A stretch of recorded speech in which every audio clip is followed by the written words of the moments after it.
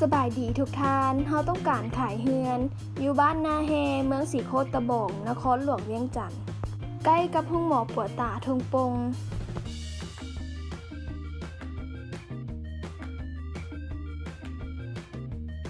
เป็นเฮือนวิลาสั้นเดี่ยวมี3ห้องนอน4ห้องน้ำมีห้องรับแขก2ห้องและ1ห้องครัว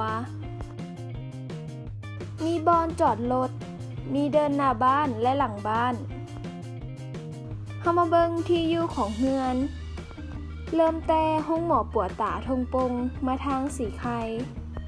ใกล้จะฮอดสุวรรณีการค้าเลี้ยวขวาเข้าหอมขายลูกป่าน้อยเฮือนจะอยู่เบื้องขวา